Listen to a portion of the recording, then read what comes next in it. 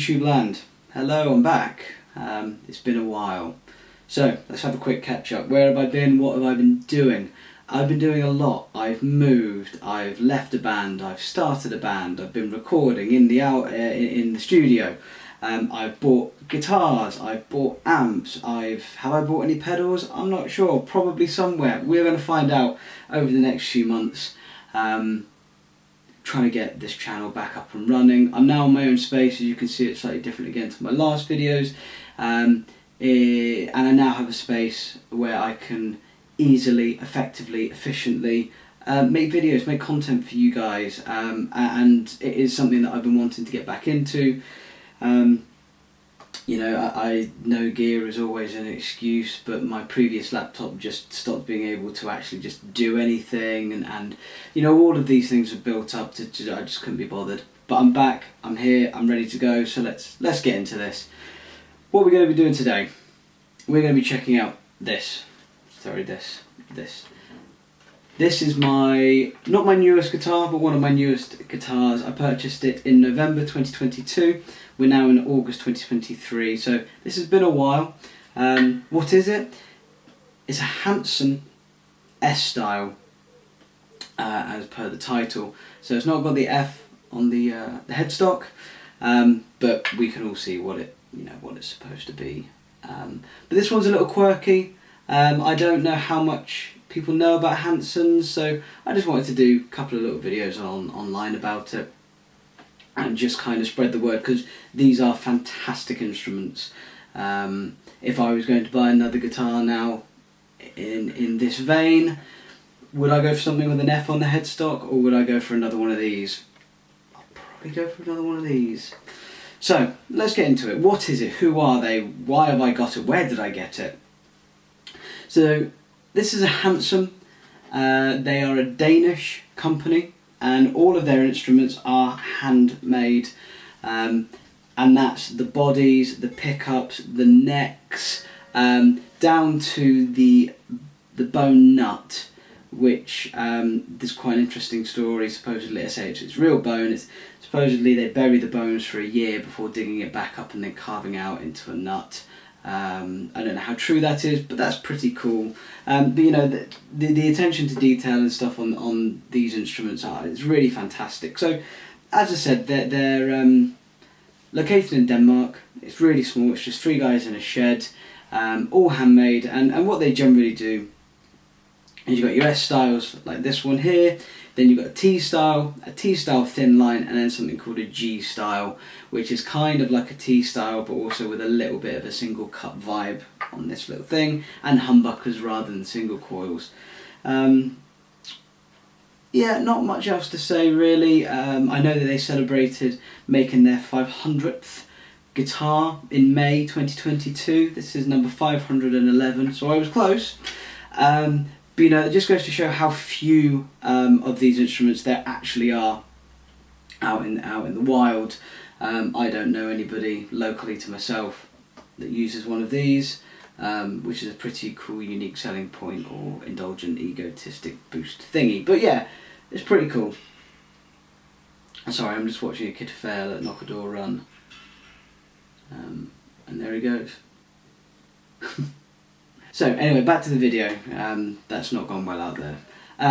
So where did I pick this up? I picked it up at Anderton's down in Guildford in the UK. I went down with some friends, and I did go to buy something expensive with an F on the Fender, you know, F on the headstock, Fender Custom Shop Strat. I played all sorts that day. I played $5.5 guitars, I played $3 guitars, I played Gibson ES335s, I played PRS Silver Skies, all of those sorts of things, but this is the guitar that I walked away with, and I think there are a couple of reasons for that. So one of them, I think, and this is where it's unique to this instrument, is whilst it's a S-style body with the pickups and bits and pieces and your volume and 2 tones, it's actually the scale length of a Gibson. So I still play them, but regularly in bands I used to play Gibsons, a Les Paul, an SG and an Explorer, and so prior to that it was Epiphones as well, a Sheraton, a Les Paul. So I've always been used to the slightly shorter scale length neck. More recently, over the last couple of years, I found myself transitioning over to Fender style length guitars. I say Fender style, I've got my Fender Tele and my Fender Strat back here, both Japanese, 2006 and a 94 respectively. So, I've been using all sorts of guitars, and it was I think the combination of those two things is the shorter scale length and the Strat, the single cores. I think that's why I walked away with this over the other guitars. They're all incredible, real pieces of art, and just sublime. But this was the one that I walked away with. So all of their guitars I think come relic, although you can probably request one not to. I know it's not for everybody. I personally like the relic thing, mainly because I'm fairly clumsy. I probably had this about 30 seconds at home before I dropped it. So for me the relic is great because I then don't look at those 4 dings that I've put in it over the last couple of years. They just continue to add to everything else, but they're all unique, and the wear will just get worse. I do like, you've got this little thing here which I'll try and get a close-up of, where each time a guitar is finished, again supposedly, they stamp it with a beer bottle, and you can see that in here. The other reason I think I walked away with this guitar is the pickups themselves are just slightly pokier than your standard Strat pickups. Not anywhere near the realms of a humbucker, and probably not quite a Telecaster, but they just had a little more something which for me as a player really worked. Again, akin to probably a Texas Special Fender pickup, something like that.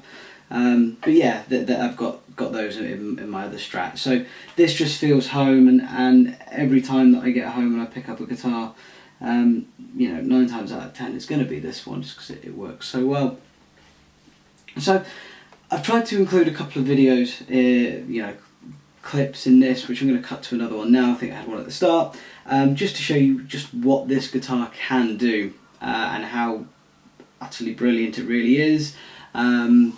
But yeah, I'll link Hansen down below. Please go check them out. I think their website's quite sparse at the moment, but if you want to learn more about them, check out an Anderton's video on it. They're great, and they go into far more detail than I do, because they've probably got a working relationship with Hansen, so they have access to bits of information and history that I personally don't. But thank you very much for sticking around. I've been Dougie, and I will see you in the next one. Take care.